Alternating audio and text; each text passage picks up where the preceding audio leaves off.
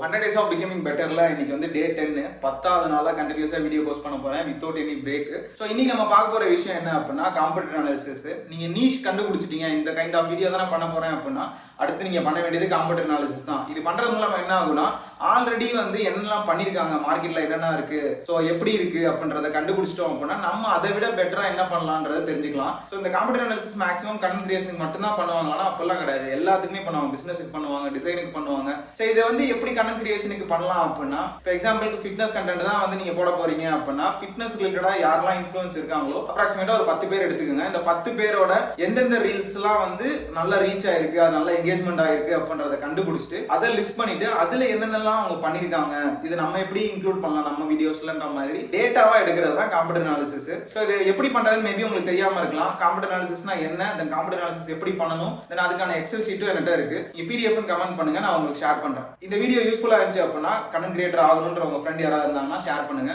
So that's it for today. See you tomorrow. Peace.